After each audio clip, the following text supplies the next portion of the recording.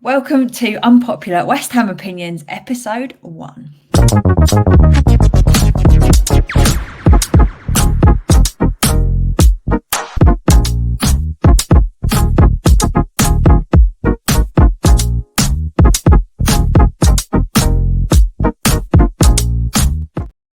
Yes, West Ham Network, it's that video where I reveal some of your unpopular opinions and we have a little discussion about them all. So there is, of course, one main rule for this video. You can disagree, but you cannot attack. So people have been brave enough to come out and say these thoughts and they're allowed to think whatever they think. Think of this as a free counselling session where you can just get all those West Ham demons off your chest, and I want you to get involved as well. So let me know which opinions you agree with in the comments, as well as your own unpopular West Ham opinions. Don't forget to drop them below in the comments and give this video a thumbs up if you like it.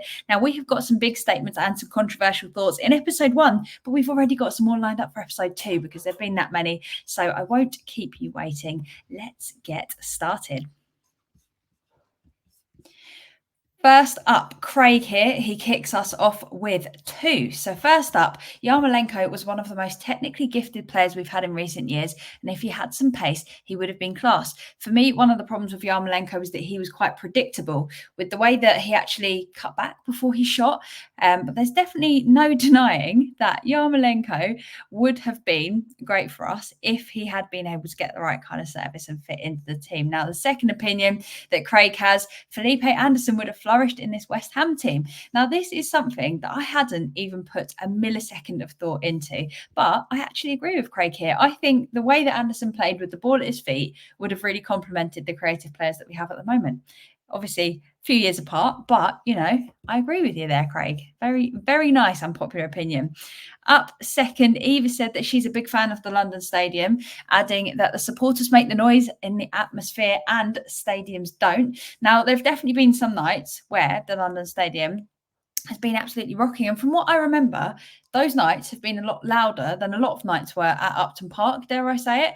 But again, it relies on fans feeling like they've got something to cheer for, and the acoustics aren't as flattering. So everyone has to be properly up for it at the London Stadium for us to create that atmosphere. A wonderful, wonderful unpopular opinion.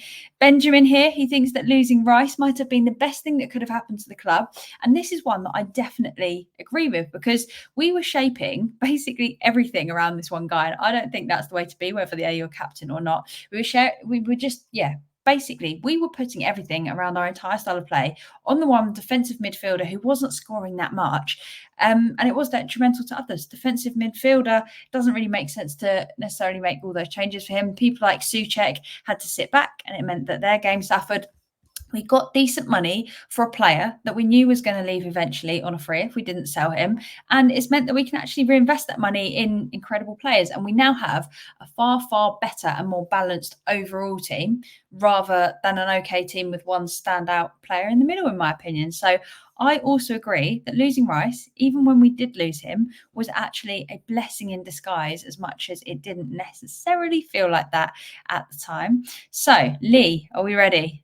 Boom. It's short, it's sweet. Lee has come out with this brave one, saying that Paqueta isn't as good as people make out. Now, I can't ignore how much his return has helped our link-up play, but there are definitely frustrating sides to Paqueta's game. I understand it, like the diving and the way that his skills either pay off and are the best thing you've ever seen, or they're the most frustrating thing known to man, because he just gives possession away in the rare games that it just doesn't work out. So I do understand that when we've had bad games and he hasn't been on form, the way that he plays with the kind of flair when it doesn't play out, frustrating. So I understand that you might feel that Paqueta isn't as good as people make out.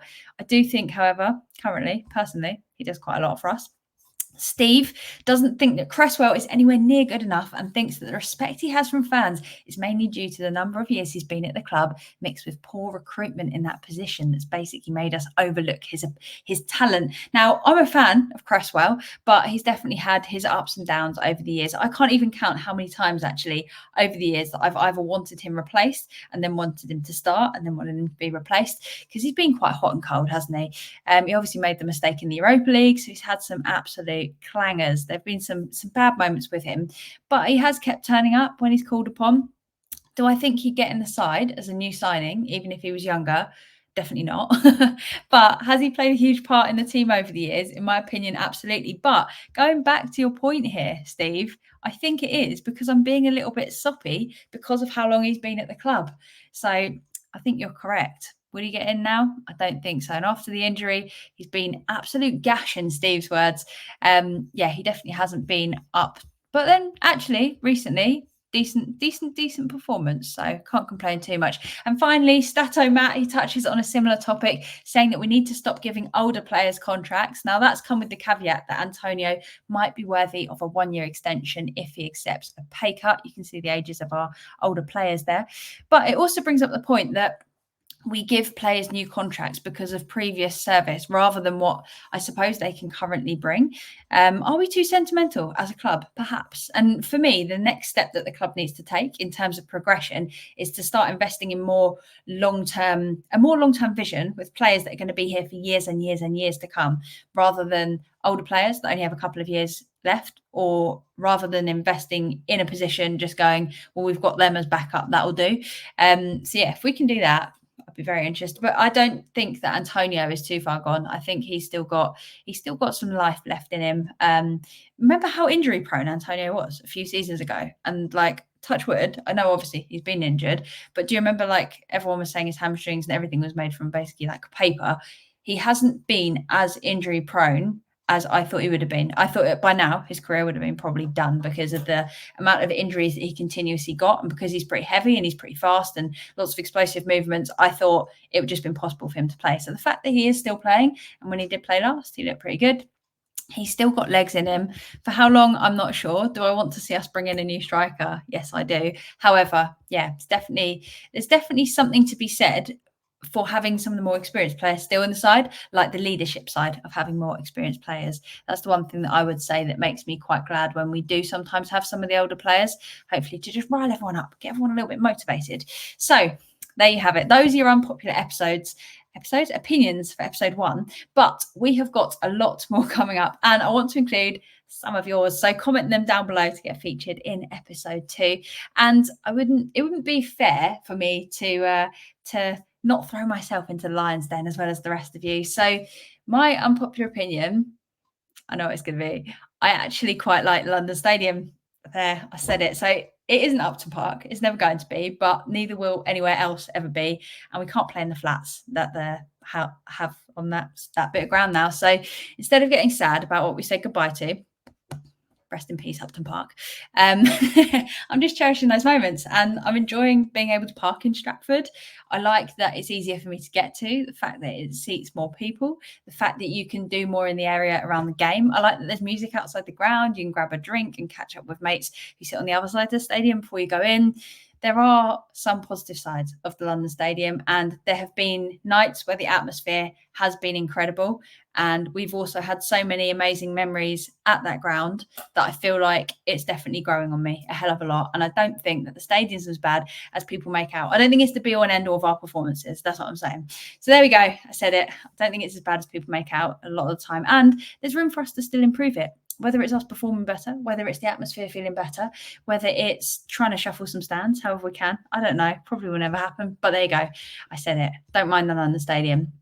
Also, I've been to Spurs' stadium, which is literally purpose built, like to the detail. And I'm sure that's what a lot of us would have wanted with the stadium. When if we were going to pick a stadium, we'd want it to be built explicitly for football. And we want it to be like designed to the detail. Everyone was getting excited about the beer that poured up from the ground, whatever it was.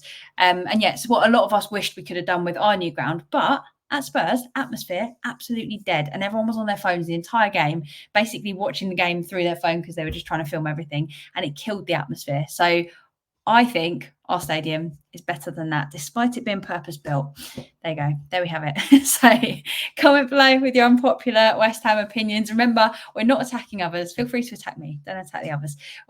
Whatever they say. I know we're all not going to agree, but that is the beauty, because we have got a group here where we can chat about things and disagree. It's a safe space for these comments. Like I said, think of it like a West Ham counselling session. Just drop whatever you need to drop. Get it off your chest. Get it out here. We'll feature it in a video. We can all move on and live a happier life. But if you haven't already, please give this video a thumbs up. Make sure you've subscribed. I'm going to be back at 5 p.m. on your screens with your Hammers headlines for today. And until next time, thank you so much as always for watching, and come on you Irons.